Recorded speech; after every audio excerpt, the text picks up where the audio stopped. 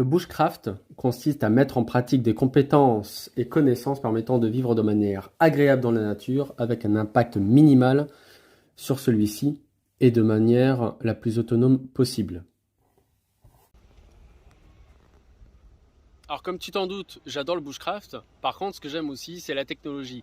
Et être en rade ou avoir peur de tomber en panne de powerbank, d'énergie pour mon téléphone quand je fais des vidéos, pour mes appareils d'écoute ou autres, voire même mon ordinateur portable quand je le trimballe pour travailler dans la voiture ou en dehors du domicile.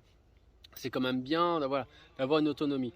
Donc pour ça, je me suis lancé l'idée de faire une grosse boîte à outils avec le nécessaire et qui marche de façon solaire. Et après, pour élargir cette technique-là, si je me déplace en caravane à vélo, je mets le package derrière et je branche en parallèle une dynamo qui pourrait me permettre d'alimenter. Donc voilà, j'ai fait une petite là-dessus et on revient.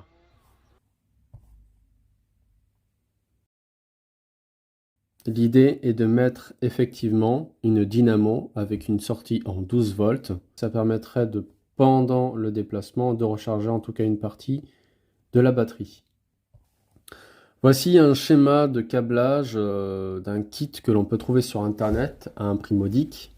Le principe est de avoir un régulateur de tension, son panneau solaire, une batterie de voiture pour tout fonctionnement en 12 volts ou en 5 volts, comme pour recharge de batterie de téléphone portable ou de téléphone portable.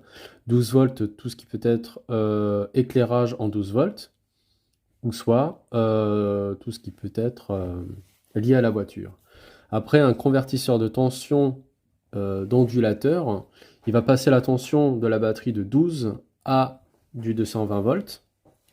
Et là, effectivement, on pourra brancher un appareil ménager dont sa puissance devra être inférieure à la conversion maximale de tension de notre boîtier.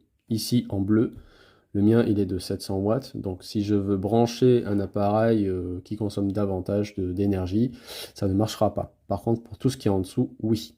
Et tout dépendra après de la capacité de la batterie sur son ampère-heure pour la durée dans le temps de l'utilisation de cet appareil.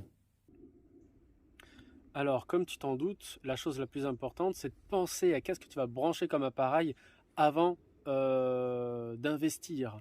Que ce soit sur le panneau solaire, parce qu'il y a autant, comme j'ai mis en premier prix, dans une trentaine d'euros pour une capacité de 10 watts, et après ça peut monter jusqu'à 100, 200 watts, 400 watts, et là effectivement il faut mettre la main à la poche. Et il n'y a pas que ça qui rentre en compte, il y a aussi la capacité aussi de ton contrôleur.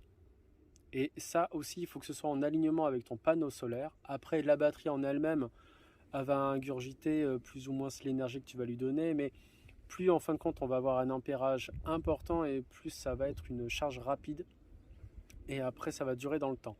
Note, une batterie aura une durée de vie, même si on ne va pas directement dans les charges et décharges profondes. Elle a une durée de vie de 10 ans, le panneau solaire de 30 ans. Au bout de 10 ans, il y a une diminution de 20% de son rendu. Donc ça, c'est quand même chose à savoir, mais bon, vu qu'on est quand même sur une expérimentation nomade, sur 10 ans, je pense que ça sera relativement amorti. Voilà, voilà. Voilà, c'est tout. Allez, ciao.